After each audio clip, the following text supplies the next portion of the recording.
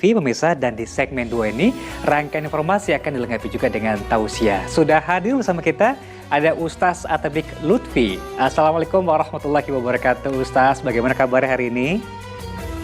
Waalaikumsalam warahmatullahi wabarakatuh. Alhamdulillah Mas Jimmy, sehat walafiat.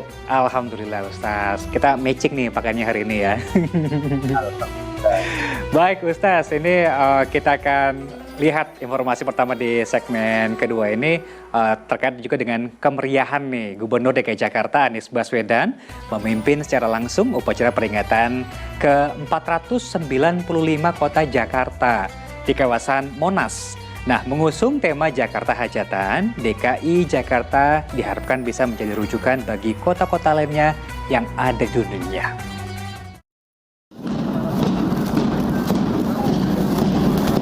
Drum band dan iring-iringan Abang None, aparatur sipil negara dan jajaran pemerintah Provinsi DKI Jakarta meriahkan upacara memperingati HUT ke-495 DKI Jakarta di kawasan Monumen Nasional Jakarta. Tepat dimulai pukul 8 pagi, upacara dipimpin langsung Gubernur DKI Jakarta Anies Baswedan. Dalam pidatonya menginjak usianya yang hampir 500 tahun, DKI Jakarta masih memiliki kesempatan untuk menjadi kota yang lebih baik lagi dan bisa menjadi rujukan bagi kota-kota lain di dunia. Kita harus terus-menerus memastikan bahwa kemajuan di Jakarta dilakukan bukan saja untuk kita memenuhi standar nasional. Tunjukkan bahwa perjalanan ke depan Jakarta adalah menjadi kota yang bisa menjadi rujukan kota-kota lain di Asia Tenggara. Jakarta adalah ibu kota Indonesia hari ini dan Jakarta masih menjadi pusat kegiatan ekonomi dan pusat ASEAN atau Asosiasi Negara-Negara Asia Tenggara. Upacara HUT DKI Jakarta tahun ini turut dihadiri seluruh jajaran pemerintah Provinsi DKI Jakarta, kepala dinas, perwakilan dari Forum Komunikasi Pimpinan Daerah, Forkopimda, dari Polda Metro Jaya, Kodam Jaya, serta Kejati DKI Jakarta. Perayaan HUT DKI Jakarta tahun ini mengusung tema Jakarta Hajatan yang memiliki pesan kolaborasi, akselerasi, dan elevasi. Jayadi melaporkan dari Jakarta. Masya Allah, kita ucapkan sekali lagi selamat ulang tahun bagi kota Jakarta. Semoga semakin cantik dan terus berbenah menjadi yang lebih baik lagi. Sama seperti pakaian kita hari ini Ustaz ya, merah-merah meriah begitu dalam peringatannya. Kalau misalnya dalam Islam sendiri Ustaz, selain kita memperingatinya dengan kebahagiaan begitu ya, apalagi yang sebaiknya kita lakukan? Misalnya merefleksi diri atau seperti apa Ustaz? Mungkin bisa diingatkan kembali kepada kita agar tidak keluar dari konteks bersyukurnya. Baik Mas Jimmy, bahwa sesungguhnya tahun itu pasti berulang, berganti dari satu tahun ke tahun berikutnya. Dalam rentang satu tahun itu banyak prestasi, banyak kebaikan-kebaikan, atau dalam tanda kutip ada yang belum kita capai. Maka disitulah ulang tahun secara filosofi adalah kita memaknai kembali satu tahun yang sudah kita jalankan untuk satu tahun, untuk waktu-waktu yang akan datang. Kalau kita rujuk pendapatnya sahabat Umar bin Khattab radhiyallahu anhu, maka beliau memanfaatkan pergantian tahun, pergantian waktu itu untuk melakukan introspeksi.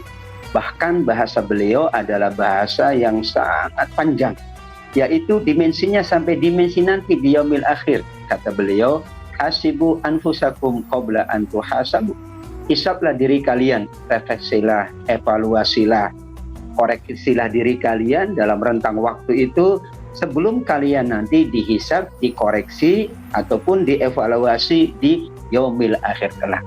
Inilah sesungguhnya filosofi yang sangat agung dari kita berbahagia, mensyukuri ulang tahun apapun, ulang tahun Kota Jakarta, ulang tahun siapapun, atau ulang tahun lembaga kita, atau ulang tahun masyarakat kita. Yang kedua, bahwa ulang tahun ini sebetulnya mengingatkan bahwa perjalanan waktu itu merupakan sebuah sunnatullah. Maka kita tidak ditanya tentang waktu, tapi kita ditanya tentang amal kita di waktu tersebut. Kita tidak ditanya ya bahwa Anda di waktu ini melakukan ini, tapi kita akan ditanya kenapa Anda melakukan ini padahal waktu ini seharusnya Anda melakukan ini. Kenapa dimensi ulang tahun? Memaknainya secara filosofi adalah kita mengingat bahwa kita sudah menginjak usia yang sekian, berarti kita seharusnya mencapai capaian-capaian yang sudah kita tetapkan atau sudah kita rencanakan. Bagian dari evaluasi atas rencana yang sudah kita jalankan. Untuk itu, kalau kita rujuk ayat Al-Quran, surat Al-Hasyr ayat yang ke-18, Allah juga mengingatkan kita untuk selalu mengingat masa lalu kita, apa yang sudah kita kerjakan, tetapi untuk kebaikan esok hari. Ya ayyuhalladzina amanu taqullah wal tanzur nafsum ma qaddamat lighad. Ayo perhatikan apa yang sudah Anda siapkan, apa yang sudah Anda dedikasikan, apa yang sudah Anda perbuat untuk kebaikan Anda di masa-masa yang akan datang, insya Allah. Insya Allah semoga bisa terus lebih baik lagi. Nah, seperti ungkapan yang sering kita dengar nih Ustaz ya, kalau hari ini sama begitu dengan hari yang kemarin, maka kita termasuk orang yang merugi. Sebaliknya juga, kalau hari ini lebih buruk dari hari kemarin, maka lebih rugi lagi begitu Ustaz ya. Ada tanggapannya Ustaz? Ya, ini dimensinya, filosofinya sangat tinggi, yaitu mengingatkan kita bahwa waktu-waktu atau hari-hari yang kita jalankan sesungguhnya adalah prestasi dan amal. Al-waktu huwal amal. Karenanya ketika tidak ada prestasi, tidak ada amal, layak untuk kita muhasabah diri kita. Disitulah salah satu muhasabah yang disampaikan oleh sahabat Ali adalah tadi, mangkana yaumuhu khairan min amsihi fahuwa rabih. Kalau hari ini lebih baik dari hari yang lalu, maka dia beruntung.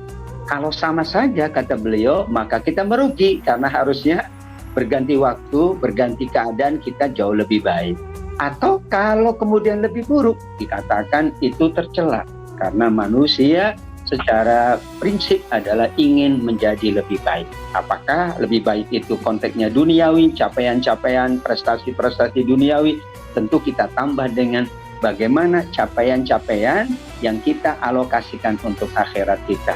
Mungkin kalau sekarang ya, bagaimana sholat kita, bagaimana kita membantu, bagaimana kita menoto, bagaimana kita menjaga kebaikan, bagaimana menjaga keharmonian, kedamaian, dan seterusnya.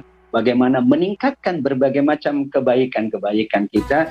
Untuk itu ungkapan ini dikatakan disandarkan kepada sahabat Ali, tapi ada yang mengatakan itu disandarkan kepada Nabi SAW. Intinya adalah bahwa kita sangat berharap dengan momentum ulang tahun usia kita, ulang tahun kota Jakarta, ulang tahun apapun, refleksinya adalah bahwa kita ingin satu tahun ini adalah satu tahun yang penuh prestasi, namun tetap tahun yang akan datang jauh lebih baik.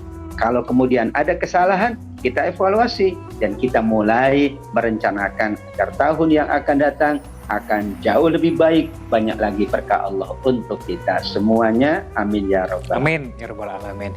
Nah, ini masih terkait dengan ulang tahun Ustaz. Kan sudah jadi kebiasaan kita nih, satu ulang tahun ada budaya kue dan kemudian ditiup lilin.